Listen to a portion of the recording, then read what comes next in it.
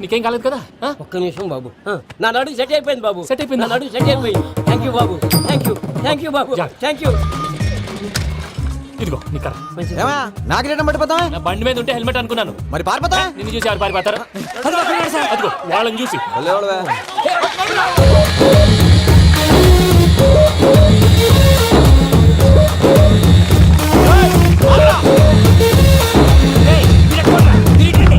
నేను దూకేస్తాను, నేను రాను. నీకు నచ్చిన అబ్బాయి నుంచే పెళ్లి చేస్తాను, కిందికి రారా. ఇప్పుడు ఇలాగంటారు, కిందకి వచ్చాక మాట మారుస్తారు. నేను దూకేస్తాను, వద్దు నాన్న, వద్దు. నేను దూకేస్తాను.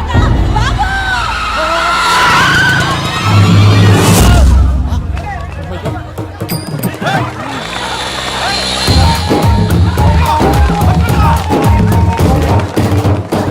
ఆగండి రాబాయ్, ఈడేంద్రా మలేష్ అన్న ఏరియాలో దూరండు.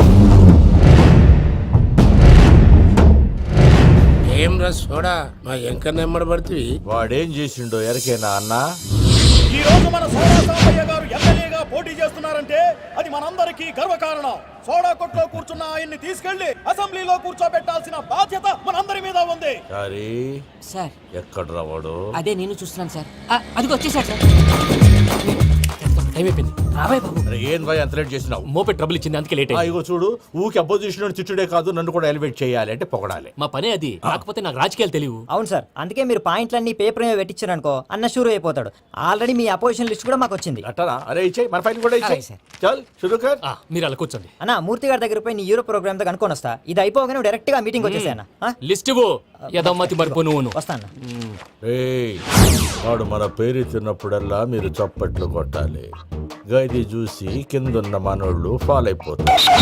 అందరికీ నమస్కారం. ప్రోగ్రామ్ స్టార్ట్ చేసే ముందు ప్రార్థన చేయటం నా అలవాటు. ఎందుకంటే సడన్ గా వర్షం రాకూడదు, కరెంట్ పోకూడదు, కరెంట్ వైర్ల మీద పడి ఎవరు రాలిపోకూడదు. రెడీగా ఉండండి రా. నమో వెంకటేశ.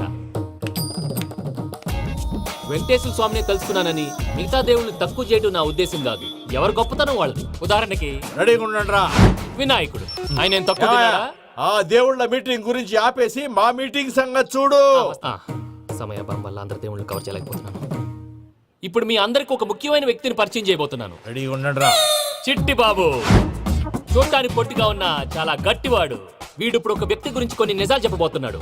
ఆ వ్యక్తి ఎవరో కాదు. రెడీగా ఉండండి రా. Is none other than soda Sambayya. 5వ తారీఖు అంటే అది.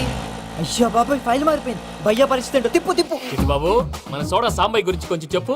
ఆయన చాలా కింద నుంచి పైకెట్టాడు. చిన్నప్పుడు స్కూల్లో పక్కోడి బలిపాలు పెన్సిల్ దొబ్బేసేవాడు. అంటే శ్రీకృష్ణుడు టైప్ అనమాట. గివెందుకు చెప్పిస్తున్నాడు రా? లీడ్ తీసుకుంటున్నాడు, ఏదో ఉంటా సార్. చిన్నప్పుడు ఇలాంటి చిలి పనులు అందరూ చేస్తారు. వేరే ఏమన్నా చెప్పు. థియేటర్లో బ్లాక్ టికెట్లు అమ్ముకునేవాడు. చెప్పమంటావా? బ్లాక్ టికెట్లా? ఏంటి చిట్టు బాబు? దొంగ నోట్లు కూడా మార్చేవాడు. చెప్పాలి. దొంగ నోట్లా? ఏంటలా నోరేళ్ళు పెట్టావు? అమ్మాయిలను దుబాయ్ షర్ట్లకు అమ్మేవాడు. ఆ విషయం కూడా చెప్పమంటావా? ఆవేశపడకండి, పబ్లిక్ ఏదో ఉంటది. సోడా సాంబయ్య అలాంటి మనిషి కాదు. నా ఓటు ఆయనకే. వాడు ఓటేస్తే సర్వనాశనం అయిపోతాడు. నేను చెప్పాక కూడా బుద్ధిన వాడేవాడు వాడు ఓటేయడు. రాళ్ళేస్తాడు. ఏదో ఉంటా సార్. చిట్టు బాబు, ఆ మీటింగ్ లో పడాల్సిన రాళ్ళు ఇక్కడ పడతాయి. సోడా సాంబయ్య ఉంటే చంపేస్తారు. జంప్.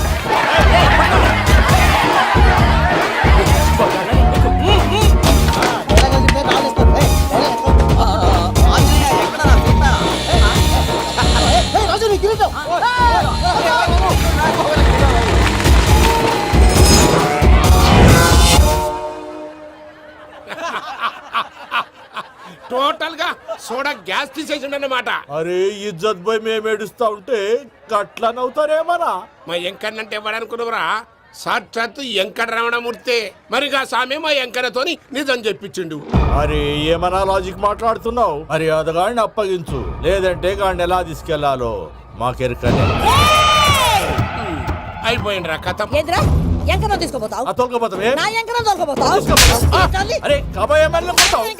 అరే నువ్వు ఎమ్మెల్యే అయితే నాకేది బే నడు బే నడు నా ఎంకరం అరే వాడు ఇజ్జత్ తీసుకున్నాక ఇచ్చతా నీకు ఇచ్చదేంద్రా బట్టే బాస్ నీ లంగమని ఎవరు కొట్టగాక, అరే కొట్టగాక, ప్లీజ్ ప్లీజ్ ప్లీజ్. ఊరుకో పెద్దమ్మా ఇందులో ఆయన తప్పే ఉంది బోల్ డబ్బులు పెట్టి మీటింగ్ పెట్టాడు అది నా వల్ల అప్సెట్ అయింది అందుకే నా వెంట పడ్డారు మీరు ఉండండి అంతే అంతే నువ్వు వెళ్ళండి వెళ్ళండి వస్తానన్న అన్న మలేశ్వర వస్తానన్న అక్క నేను బీపీ తగ్గించుకోరా నీ ఆరోగ్యం గురించి చెప్తున్నానక్క మీరు వెళ్ళండి సార్ పెద్దమ్మా అతను చెప్పింది నిజమే నువ్వు కొంచెం బీపీ తగ్గించుకోవాలి గట్లనే తక్కువ చేసుకుంటా ఏంది భయ నారాయణ ఊరుకూరుకొని రమ్మంటివి మన ఎంకరకి పెళ్లి గిట్లు ఏమైనా సెటిల్ అయిందా వీడికి ఇంకా పెళ్ళవదన్నా అందుకే మేము ఇద్దరం కలిసి పుణ్యక్షేత్రాలకు పోదాం అనుకుంటున్నాం ఆ విషయం నీతో చెబుదామని.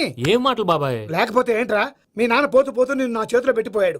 ఇప్పుడు ఆ బాధ్యత పెద్ద బరువు అయిపోయింది. అరే ఇప్పుడు ఏమైందని ఎంకన్నను బంగారం లెక్క పెంచితివి పెంచితే సరిపోతుందా? వీడికి 20 సంవత్సరాల వయసు వచ్చినప్పటి నుంచి సంబంధాలు చూస్తున్నాం. మొదట్లో వర్షాకాలంలో వర్షాలలాగా విపరీతంగా వచ్చాయి. తర్వాత ఎండాకాలంలో వర్షంలాగా అప్పుడప్పుడు వచ్చాయి.